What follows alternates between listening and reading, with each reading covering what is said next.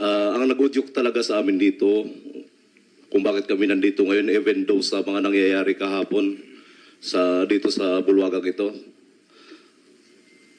ang loob namin at kami ay nakukonsensya na hindi namin mailathala o ipahiwatig o ipaalam sa taong bayan na ganito na pala kalaki ang lokohan ng bansa.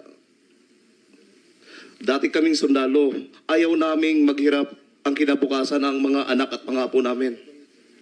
Ano na lang ang kredibilidad naming iiwan para sa aming mga anak? Alam niyo pala na may ganyang lokohan sa gobyerno noon, bakit hindi kayo lumabas?